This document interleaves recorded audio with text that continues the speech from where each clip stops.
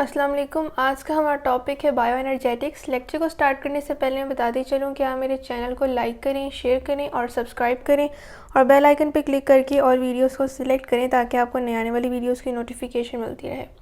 तो आज का हमारा टॉपिक है बायो एनर्जेटिक्स। बायो एनर्जेटिक्स में हम स्टडी करेंगे फोटोसिंथेसिस और रेस्पिरेशन के प्रोसेस को, कि इन दोनों प्रोसेसेस में क्या जो है वो इतना बेनिफिशियल है जो कि हमारे इकोसिस्टम में बहुत इंपॉर्टेंट रोल प्ले कर रहा है।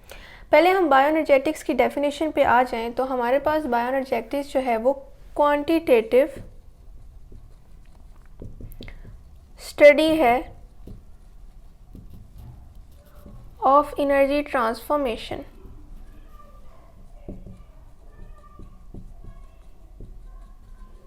इन एन इकोसिस्टम।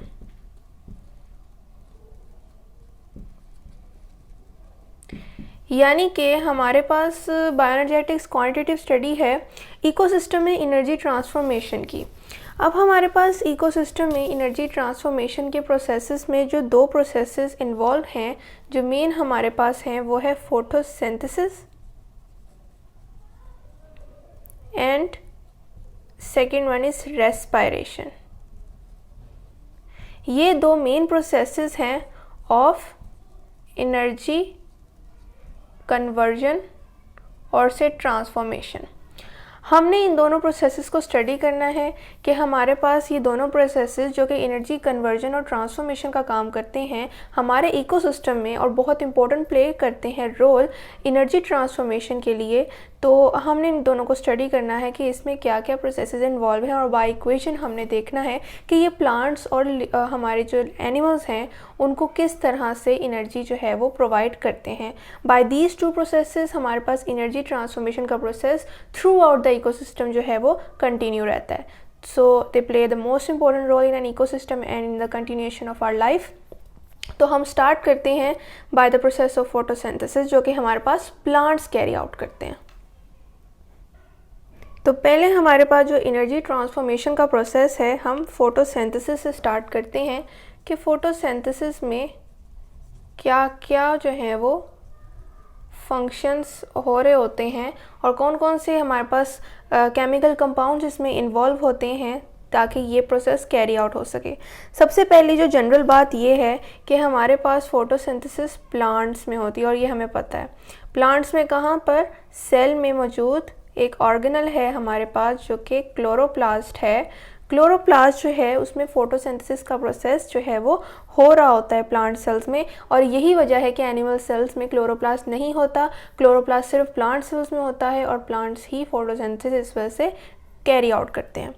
फिर हम फोटोसिंथेसिस के बारे में क्या और जो है वो की पॉइंट्स बना सकते हैं कि ये एनर्जी कैप्चरिंग प्रोसेस है। एनर्जी कैप्चरिंग प्रोसेस के सेंस में हमारे पास ये है कि हमारे पास जो सोलर एनर्जी आ रही है सन से, हमारे पास जो सोलर एनर्जी है उसके लिए रिस्पॉन्सिबल एक ही हमारे पास है, वो है सन। सन जो है वो जो हमारे पास जितनी भी अर्थ तक उसकी एनर्जी जो है, लाइट एनर्जी या सोलर एनर्जी जो आ रही है, उसमें से 1%, ये MCQs बन सकता है, 1% सिर्फ प्लांट जो है वो यूटिलाइज करते हैं। और वो किस तरह करते हैं? By the process of photosynthesis. इसीलिए से हम कहते हैं एनर्जी कैप्चरिंग प्रोसेस, क्योंकि ये 1% सोलर एनर्जी जो कि सन से आ रही है अर्थ पर, उसे यूटिलाइज करते हैं। तो ये हमारे पास ये भी एक की पॉइंट बन गया कि हमारे पास एनर्जी कैप्चरिंग प्रोसेस है। फोर्थ पॉइंट है anabolism. It is an anabolic process. Anabolism क्या होता है हमारे पास? एनाबॉलिज्म हमारे पास होता है एक ऐसा प्रोसेस जिसमें स्मॉलर मॉलिक्यूल्स जो हैं कंबाइन होकर लार्जर मॉलिक्यूल्स बनाते हैं। हम इसे बाय इक्वेशन देखेंगे। अगर हम फोटोसिंथेसिस की इक्वेशन को देखें कि हमारे पास इसकी इक्वेशन क्या है, तो इसकी हम नेट इक्वेशन को यहाँ पर फॉलो करेंगे। 6CO2 प्लस 6H2O, ये हमारे पास रिएक्टेंट्स है कार्बन डाइऑक्साइड और वाटर, साथ में एनर्जी जो कि हमारे पास सोलर एनर्जी है। ये आपस में कंबाइन हुए और उन्होंने बनाया हमारे पास C6H12O6 जो कि ग्लूकोज है, और oxygen as a by product. हमारे पास फोटोसिंथेसिस के जो प्राइमरी प्रोडक्ट्स बनते हैं उनमें ग्लूकोज और ऑक्सीजन इन्वॉल्व है। Glucose is the primary product of the photosynthesis और से मेन प्रोडक्ट, और बाय प्रोडक्ट हमारे पास ऑक्सीजन है। कार्बोहाइड्रेट्स हमें जो है वो प्राइमरी प्रोडक्ट्स हैं, एज अ प्राइमरी प्रोडक्ट हमारे पास जो है वो फोटोसिंथेसिस में हमें प्रोवाइड किए जाते हैं, और वो हमारे पास जो कार्बोहाइड्रेट्स होते हैं एनर्जी मॉलिक्यूल्स होते हैं, और उनमें से सबसे सिंपलेस्ट और कॉमन हमारे पास जो केमिकल जो है वो कंपाउंड है वो ग्लूकोज है, और जो कि हमें इस प्रोसेस से हासिल होता है। और ऑक्सीजन जो एज अ बाय प्रोडक्ट हमें मिलती है वो दो जो है वो प्रोसेसेस में इन्वॉल्व होती है। एक हमारे पास जो है ये हमारे पास इन एरोबिक रेस्पिरेशन ये ऑक्सीजन जो है वो यूटिलाइज होती है, हम रेस्पिरेशन के प्रोसेस में इसे पढ़ेंगे, और साथ ही साथ ये ओजोन लेयर की फॉर्मेशन में इन्वॉल्व होती है। ये ऑक्सीजन जो कि हमें फोटोसिंथेसिस से मिल रही है, और ये ग्लूकोज जो कि हमारे पास एक केमिकल कंपाउंड है, ये केमिकल एनर्जी है हमारे पास। यहाँ पर सोलर एनर्जी केमिकल एनर्जी में कन्वर्ट हो गई है, जो कि फोटोसिंथेसिस की रियल डेफिनेशन है कि the conversion of the solar energy into the chemical energy is called photosynthesis. और साथ ही साथ ऑक्सीजन हमें जो एज अ बाय प्रोडक्ट मिल रही है वो दो प्रोसेसेस में इन्वॉल्व है। एरोबिक रेस्पिरेशन में यूटिलाइज होती है, ओजोन लेयर की फॉर्मेशन में भी ये इन्वॉल्व होती है। तो ये हमारे पास डेफिनेशन जो है उसको भी ये हमारे पास दोबारा रीडिफाइन कर रही है फोटोसिंथेसिस की डेफिनेशन को। और यहाँ पर स्मॉलर मॉलिक्यूल्स कार्बन डाइऑक्साइड और वाटर जो कि कार्बन की ऑक्सीडाइज फॉर्म है और ये हाइड्रोजन की ऑक्सीडाइज फॉर्म है, ये स्मॉल मॉलिक्यूल्स आपस में कंबाइन होकर ग्लूकोज का लार्ज मॉलिक्यूल बना रहे हैं। तो एनाबॉलिज्म का पॉइंट भी यहाँ से हमारे पास क्लियर होता है। अब हम देखते हैं कि जैसे कि सोलर एनर्जी जो कि हमें सन से मिल रही है और उसका 1% हमारे पास प्लांट्स इस्तेमाल कर रहे हैं, और प्लांट्स जो हैं उसको यूटिलाइज़ करके एनर्जी जो है उसको एनर्जी कंपाउंड्स बना रहे हैं। जैसे कि हमारे पास जो कार्बोहाइड्रेट्स में सबसे कॉमन हमारे पास केमिकल कंपाउंड है वो ग्लूकोज है, वो बन रहा है। तो अब इस ग्लूकोज यानी इस एनर्जी मॉलिक्यूल को यूटिलाइज़ करने के लिए एनिमल्स जो हैं वो प्लांट से ये एनर्जी यूटिलाइज़ करेंगे, ईदर डायरेक्टली और इनडायरेक्टली। अब डायरेक्टली और इनडायरेक्टली को हम मज़ीद एक्सप्लेन कर लेते हैं कि डायरेक्टली वो एनिमल्स प्लांट्स से यूटिलाइज़ करते हैं, ये हमारे पास जो एनर्जी हमारे पास जो प्लांट्स में प्रोड्यूस होती है, ग्लूकोज प्रोड्यूस होता है bye the process of photosynthesis, उसे यूटिलाइज़ करने के लिए, क्योंकि लिविंग ऑर्गेनिज्म को इकोसिस्टम में रहने के लिए एनर्जी चाहिए। एनर्जी प्लांट से हासिल होती है क्योंकि ये प्लांट्स और एनिमल्स का आपस में इकोसिस्टम में बहुत ही इंटरलिंक्ड हैं ये दोनों जो हैं ऑर्गेनिजम्स। तो हमारे पास प्लांट्स से जो एनिमल्स डायरेक्टली एनर्जी हासिल करते हैं ग्लूकोज की फॉर्म में, वो हमारे पास जो हैं वो हर्बीवोर्स होते हैं। हर्बीवोर्स जो हैं वो डायरेक्टली प्लांट जो हैं उनको ईट करते हैं, जिसकी वजह से वो डायरेक्टली जो है वो प्लांट से ये ग्लूकोज की in the form of glucose energy utilise करते हैं। और जो एनिमल्स हमारे पास जो हैं हर्बीवोर्स को एज अ प्रे यूज़ करते हैं उनको हम कंज्यूमर्स बोलते हैं, और वो इनडायरेक्टली प्लांट से एनर्जी यूटिलाइज़ कर रहे होते हैं। तो ये फ़र्क है डायरेक्टली और इनडायरेक्टली में। अब हम मज़ीद इसकी इक्वेशन पे बात कर लेते हैं जिससे नंबर ऑफ़ MCQs भी बन सकते हैं। फोटोसिंथेसिस की ओवरऑल इक्वेशन और नेट इक्वेशन को स्टडी करने से पहले हम उसके रिएक्टेंट्स और प्रोडक्ट्स को डिस्कस कर लेते हैं कि हमारे पास फोटोसिंथेसिस में जो रिएक्टेंट्स इन्वॉल्व होते हैं वो एनर्जी पुअर होते हैं क्योंकि वो इनऑर्गेनिक होते हैं। इनऑर्गेनिक कंपाउंड्स हमारे पास एनर्जी पुअर कंपाउंड्स होते हैं, और साथ ही साथ रिएक्टेंट्स में इन्वॉल्व होती हैं oxidised form of carbon and hydrogen. ये हमें पता है, कार्बन की oxidise form carbon dioxide and hydrogen हमारे पास जो ऑक्सीडाइज फॉर्म में है वो वाटर की फॉर्म में होता है। तो in the presence of light जो कि हमारे पास आती है सन से, सोलर एनर्जी कह लें, ये हमारे पास लाइट और पिगमेंट्स की प्रेजेंस में, पिगमेंट्स हमारे पास ऑर्गेनिक कंपाउंड्स होते हैं जो कि क्लोरोप्लास्ट में मौजूद थाइलाकॉइड मेम्ब्रेन हमने डिस्कस किया हुआ है। सब ऑर्गेनल्स को डिस्कस करते हुए जो सेलुलर कंटेंट में इन्वॉल्व होते हैं उनमें जो प्लांट्स में इन्वॉल्व क्लोरोप्लास्ट है उसमें मौजूद थाइलाकॉइड जो है मेम्ब्रेन जो होती है एक ग्रेना की, उसकी मेम्ब्रेन पर प्रेजेंट होते हैं, एंकर हुए होते हैं पिगमेंट्स जो हमारे पास क्लोरोफिल्स कहलाते हैं, जो कि प्लांट्स के ग्रीन कलर होने में भी रिस्पॉन्सिबल होते हैं।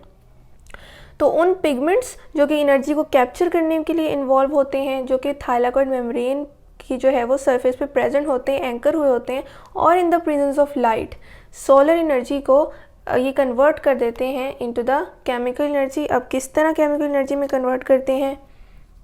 एनर्जी पुअर कंपाउंड्स जो हैं वो energy rich compounds, organic compounds में कन्वर्ट हो जाते हैं, और साथ ही साथ जो है वो कार्बोहाइड्रेट्स, जिस तरह की हमारे पास ग्लूकोज आई है, और ऑक्सीजन को सिंथेसाइज करते हैं। और इन दोनों का हमने पढ़ लिया है कि इन दोनों का हमारे पास क्या रोल है, जो हमारे पास इसके प्राइमरी प्रोडक्ट हैं और बाई प्रोडक्ट्स हैं। तो ये हमारे पास इसकी ओवरऑल जो है वो कॉन्सेप्ट है इसकी इक्वेशन का। अब हम इसकी ओवरऑल इक्वेशन को पहले अगर देखें, ओवरऑल इक्वेशन, ये एमसीक्यूज़ के पॉइंट ऑफ व्यू से इम्पोर्टेंट जो है वो बात है यहाँ पर कि ओवरऑल इक्वेशन हमारे पास है 6CO2 + 12H2O। उसी तरह लाइट और पिगमेंट की प्रेजेंस में C6H12O6, 6O2 + 6H2O। ये हमारे पास जो है ओवरऑल इक्वेशन है फोटोसिंथेसिस की। इसमें आपने ये चीज़ जो है उसको नोट करना है कि यहाँ पर इस इक्वेशन में जो रिएक्टेंट्स हैं उनमें भी वाटर इन्वॉल्व है और प्रोडक्ट्स में भी वाटर इन्वॉल्व है, यानी water as a reactant and product दोनों ही तरह से इस इक्वेशन में मौजूद है। तो ये एक एमसीक्यूज़ बन सकता है कि which is the compound which is used as a product as well as a reactant, तो वो हमारे पास वाटर होगा, कार्बन डाइऑक्साइड नहीं होगा। अब हम अगर इसकी मोलर रेशियो फाइंड करें, वो भी हम ओवरऑल इक्वेशन से ही फाइंड कर सकते हैं। किस तरह कि हमारे पास मोल रेशियो क्या बनेगी रिएक्टेंट्स की, तो हमारे पास 6CO2 है + 12H2O, तो 1:2 हमारे पास इसकी मोलर रेशियो बनेगी of the reactants of the overall equation of photosynthesis. तो ये दो एमसीक्यूज़ हैं कि वाटर का रिएक्टेंट और प्रोडक्ट का होना ये ओवरऑल इक्वेशन का जो है इन्वॉल्व है या हमारे पास नेट इक्वेशन में। तो ये ओवरऑल इक्वेशन में होगा, मोलर रेशियो भी हमारे पास रिएक्टेंट की ओवरऑल इक्वेशन से ही आएगी। अगर हम इसकी नेट इक्वेशन को डिस्कस करें तो उससे हमारे पास क्या इन्फॉर्मेशन आती है। नेट इक्वेशन में हम जो है वो वाटर को सिर्फ एज अ रिएक्टेंट यूज़ करेंगे, 6CO2 + 6H2O, light and pigments C6H12O6 + 6O2। इस इक्वेशन में हमें जो बात पता लगती है जिसको हमने माइंड में रखना है वो है कि ये हमारे पास जो पूरी नेट इक्वेशन है ये रिडॉक्स रिएक्शन है, या जिसे हम रिडॉक्स प्रोसेस कहते हैं, जिसमें ऑक्सीडेशन और रिडक्शन दोनों हो रही हों। किस तरह? कार्बन डाइऑक्साइड है, इसने वाटर के मॉलिक्यूल से हाइड्रोजन लिया और कन्वर्ट हो गया ग्लूकोज में, तो एडिशन ऑफ हाइड्रोजन हमारे पास प्रोसेस होता है रिडक्शन का। उसी तरह सेकेंड रिएक्टेंट वाटर ने हाइड्रोजन जो है उसे रिमूव किया, तो हाइड्रोजन की रिमूवल हमारे पास जो है वो ऑक्सीडेशन होती है, और जब वाटर से हाइड्रोजन रिमूव होगा सिर्फ ऑक्सीजन जो है वो बचेगी और वो एज अ बाय प्रोडक्ट हमारे पास हासिल हो जाएगी। तो सेम इक्वेशन में रिडक्शन और ऑक्सीडेशन हो रही है, तो इसे हम ओवरऑल रिडॉक्स रिएक्शन और से रिडॉक्स प्रोसेस कहेंगे। और रिडॉक्स प्रोसेस हमें किस तरह पता लगेगा? By net equation of photosynthesis. तो ये हमारे पास ओवरऑल डिस्कशन थी बायो एनर्जेटिक्स एनर्जी ट्रांसफॉर्मेशन के प्रोसेसेस में इन्वॉल्व फोटोसिंथेसिस की। सेकंड हमारे पास जो एनर्जी ट्रांसफॉर्मेशन का प्रोसेस है बायो एनर्जेटिक्स का, रेस्पिरेशन, जो कि लिंक्ड है विद फोटोसिंथेसिस, उसको हम इंशाल्लाह कल डिस्कस करेंगे। आज हमने first process of energy transformation को थॉरली डिस्कस किया है और नंबर ऑफ़ एमसीक्यूज़ हमने यहाँ पर देखे हैं। कल हम रेस्पिरेशन पे आएंगे और उसके बाद हम मज़ीद फोटोसिंथेसिस की डिटेल जो है उनको स्टडी करेंगे।